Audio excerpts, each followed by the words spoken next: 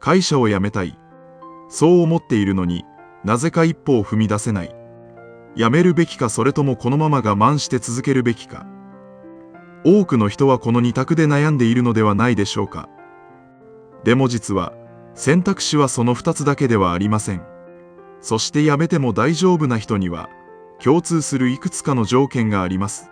逆に言えば、その条件が整っていない状態で勢いだけで辞めてしまうと、後になって苦しくなる場面が出てきます。今日はその条件を一つずつ確認していきます。会社を辞めるべきかどうかの答えは、蓄えや家族の状況によって一人一人変わります。今回は多くの人が見落としやすい確認ポイントに絞ってお伝えします。もしあなたが今、会社を辞めたいと感じているなら、理由は一つではないはずです。給料がなかなか上がらない。やりがいを感じられなくなった。体力的にきつくなってきた。人間関係に疲れてしまった。この先もこの会社にいて本当に大丈夫なのかわからなくなってきた。そうした思いをいくつも抱えながら、それでも辞められずにいる方、少なくないと思います。辞めたら生活はどうなるのか。辞めた後にやりたいことは本当にできるのか。家族はどう受け止めるのか。そうした不安があるからこそ、簡単には決められないのだと思います。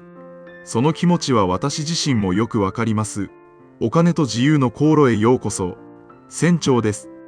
このチャンネルでは、50代からのお金と人生の選択について、実際の経験や具体的な確認ポイントをもとに、できるだけ実践的にお伝えしています。今こうして自分の働き方やこの先の人生について確認しようとしていること自体が、すでに大切な一歩だと思います。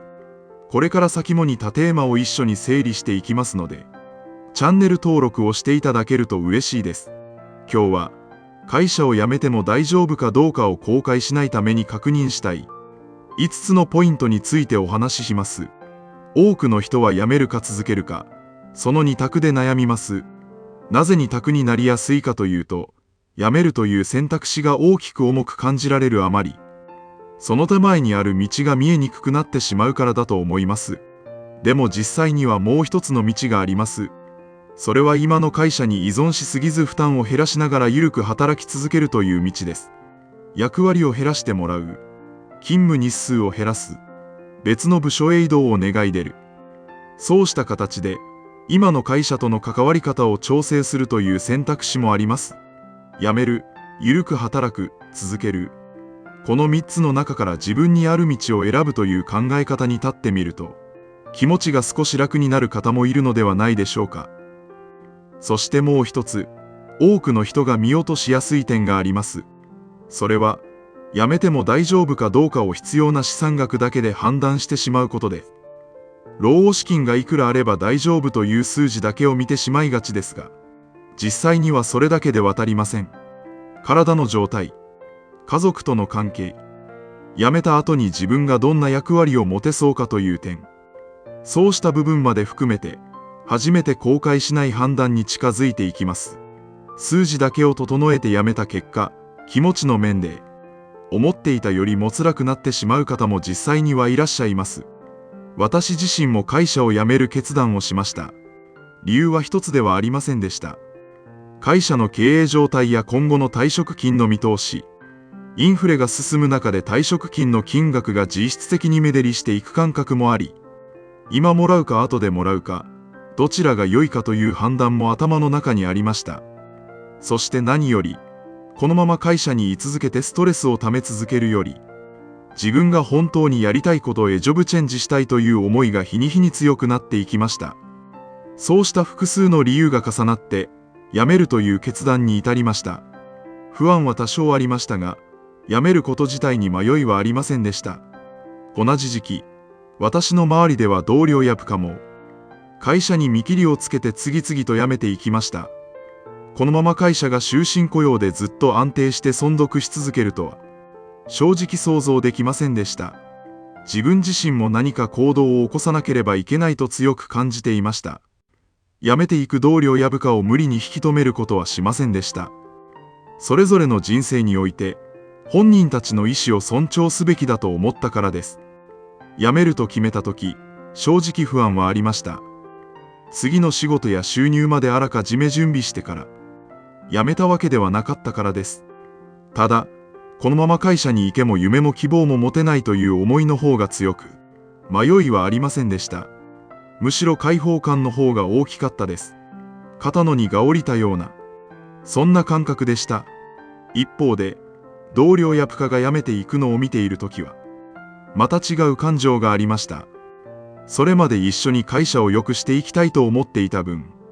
一人また一人と去っていく姿を見るのは、寂しさを強く感じる出来事でした。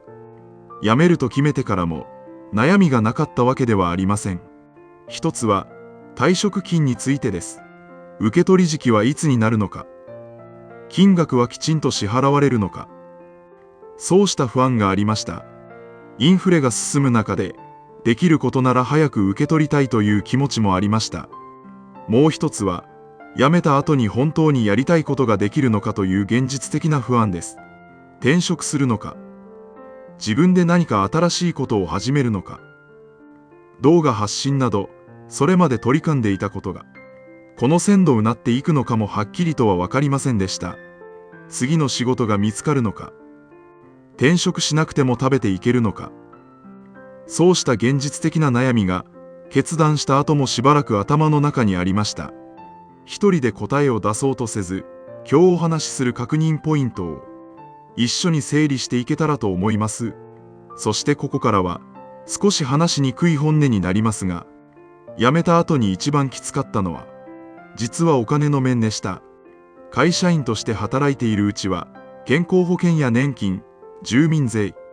こうした支払いは給料から自動的に天引きされていて、あまり重さを意識せずに過ごせていました。私の場合は、辞めた後から、それらを自分で払うことになり、支払い時期が重なりました。住民税、年金、健康保険は、加入先や退職の時期によって、手続きや支払い方法が分かれますが、私の場合、こうした支払いが、辞めた後に波のようにやってきました。固定資産税や自動車税は退職とは関係なく毎年発生する支払いですが、収入が減った後だと、これまでと同じ金額でも重く感じるようになりました。私の場合、住民税は数期分がまとまった請求として届き、その度にまとまった金額を用意する必要がありました。退職の時期や手続きによって、残りの税額が一括で徴収される場合と、納付書で分けて払う形になる場合があるようで、住民税は前の年の所得をもとに税額が計算される仕組みのため、どちらの形になっても、辞めて収入が減った後にも在職中の所得を基準にした税額の支払いが残ります。私の場合は国民年金も家族の人数分をまとめて支払いました。国民年金は収入額にかかわらず定額の保険料ですが、まとまった金額を用意する大変さを痛感しました。想像しているよりもはるかに大きい金額の支払いが次々に発生していく感覚は、かなりの恐怖でした。健康保険については、今の会社の保険を任意継続するのか、それとも国民健康保険に切り替えるのかによって、保険料の計算の仕組みがそれぞれ異なるため、どちらが自分にとって負担が少ないのかを真剣に計算して考えました。家族の扶養に入れる場合は、また別の選択肢になります。正直、この仕組みは少し理不尽だとさえ感じました。会社にいる間は見えていなかった負担が、辞めた瞬間に一気に姿を現す。それが、辞めてみて初めて分かった現実でした。もし皆さんの中にも、似たような経験や不安を感じたことがあれば、一言でも良いので、コメントで教えていただけると、嬉しいです。ではここから後悔しないために辞める前に確認しておきたい5つのポイントを順番にお伝えします。1つ目は生活防衛資金の確保です。収入がない期間の見込み、毎月かかる生活費、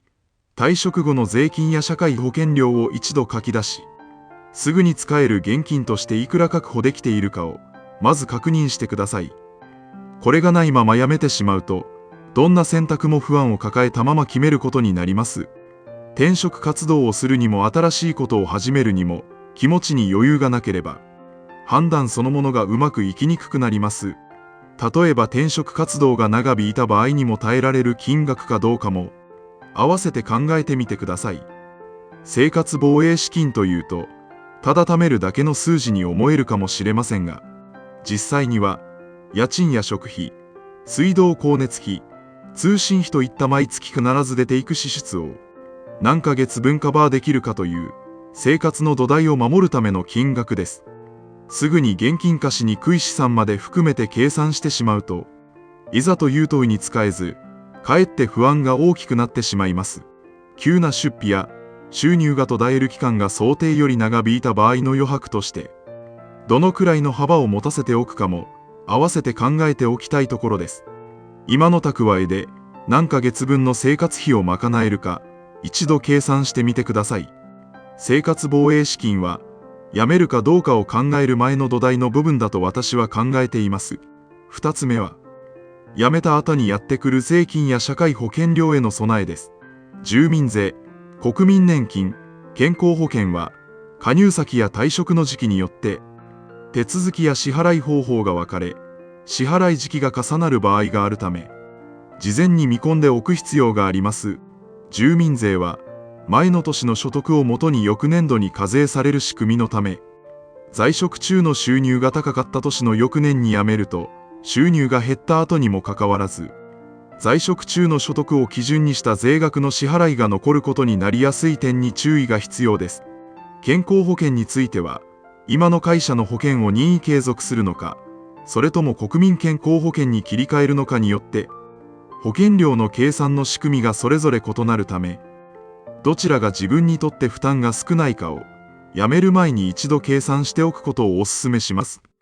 家族の健康保険の扶養に入れるかどうかも、合わせて確認しておきたい選択肢です。任意継続を選ぶかどうかは、保険料の負担だけでなく、利用できる期間などの条件も踏まえて判断する必要があります。国民年金は収入にかかわらず定額の保険料ですが、配偶者が厚生年金に加入している場合は扶養の対象になる場合や、所得が少ない場合に保険料が免除される制度もあるため、自分が条件に当てはまるかどうかを調べておくと安心です。固定資産税や自動車税は退職とは関係なく毎年決まった時期に来る支払いですが、資産の評価額や車の種類など、収入とは別の基準で決まるため、収入が減った後は同じ金額でも負担に感じやすくなります。住民税、国民年金、健康保険を見込まずに辞めてしまうと、辞めた直後の数ヶ月から1年ほどの間に想定外の出費が重なりやすくなります。特に住民税や国民健康保険は、辞める前の年の収入が高いほど波が大きくなりますので、早めに調べておくと安心につながります。3つ目は、退職金の受取時期と金額です。いつ、いくら受け取れるのか。会社の制度を早めに確認しておくことが大切です。受け取り方によって税金の扱いが変わる場合もあるため、一時金で受け取るのか、それとも年金のような形で分割して受け取るのか。それぞれの特徴を把握した上で、自分に合う受け取り方を選んでください。退職金の税金の計算方法は、受け取り方や勤続年数によって扱いが変わる制度になっているため、一般論だけで判断せず、会社の制度を早めに人事や総務へ確認しておくことが大切です。退職金の規定は会社によってかなり差があり、制度自体を見直している会社もあるため、数年前に聞いた話をそのまま前提にせず、辞める前に改めて確認しておくと安心です。会社によっては、請求してから実際に振り込まれるまで、時間がかかる場合もあるため、余裕を持って確認しておくと安心です。金額と時期がはっきりしているだけでも、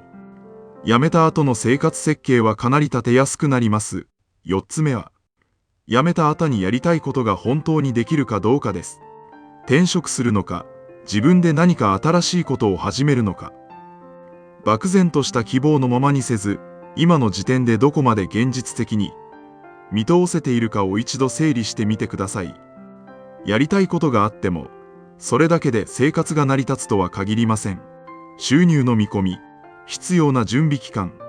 うまくいかなかった場合の次の一手、そうした部分まで考えておくと、辞めた後の不安はかなり軽くなります。いきなり大きく動くのではなく、小さく試してみてから、本格的に動くという段階を踏むことも一つの方法です。例えば、在職中に副業として少しずつ試してみる、休日を使って準備を進めてみるなど、退職前にできる小さな一歩を探しておくことも、現実的な見通しを立てる助けになります。5つ目は、健康と家族との関係、そして辞めた後の役割です。体力や気力が、今の働き方やこれから挑戦したいことに対して、十分に保てそうか。家族が今の状況をどう感じているか。そして、会社という居場所を離れた後、自分がどんな役割を持てそうか。こうした部分まで含めて、初めて後悔しない判断に近づけると思います。会社を辞めると、肩が気合い場所を一つ失うことにもなります。今まで肩が気に支えられていた部分が大きいほど、この変化に戸惑う人が多いように感じます。その先に、自分なりの役割ややりがいを見つけられるかどうかも、辞める前に考えておきたいポイントです。家族については、辞めるという結論だけをいきなり伝えるのではなく、今どんなことで悩んでいるのかという過程から共有しておくと、理解を得やすくなると感じています。一人で抱え込まず、家族や信頼できる人に話しながら考えを整理していくことも、後悔しない判断につながる大切な要素だと思います。この5つを確認した上で、辞める、負担を減らして緩く働き続ける、今のまま続ける、この3つの中から自分にある道を選んでみてください。必要な資産額さえあれば大丈夫という判断だけでは実際に渡りません。生活防衛資金や辞めた後の生活費については、数字で見えると判断がしやすくなります。老後資金の見通しをざっくり確認できる。お金と自由の航路ナビという無料ツールを公開しています。年金や生活費、貯蓄や退職金などをもとに、今のお金が何歳頃まで続きそうかを目安として確認できますので、気になる方は概要欄から覗いてみてください。今日は、会社を辞めても大丈夫かどうかを後悔しないために確認したい5つのポイントについてお話ししました。生活防衛資金の確保、辞めた後の税金や社会保険料への備え、退職金の受け取り時期と金額、やりたいことの現実的な見通し、健康と家族との関係、そして辞めた後の役割。辞めても大丈夫かどうかは、正直、人によって変わります。蓄えや家族の状況によって、答えは一つではありません。ただ、私自身の経験から言えることがあります。やりたいことのために辞めるという選択は、悪いことではないということです。大切なのは、辞めた後に来る税金や社会保険料などの支払いを、事前に考慮した上で、生活防衛資金を確保し、大丈夫だと言える状態を自分なりに作っておくことで、お金が全くない状態で勢いだけで辞めてしまうと、うまくいかないことが多くなります。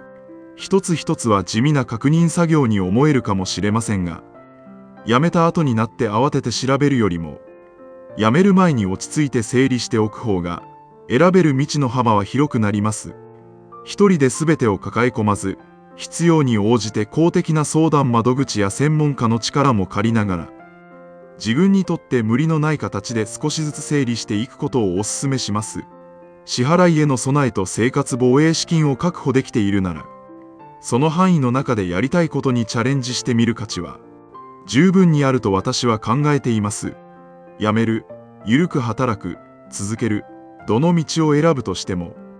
今日確認した5つのポイントを一度自分に当てはめて考えてみてください。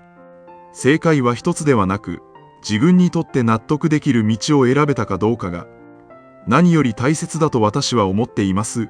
最後まで見ていただき、ありがとうございました。今回の内容が参考になったら、高評価で応援していただけると嬉しいです。それではまた、次回の動画でお会いしましょう。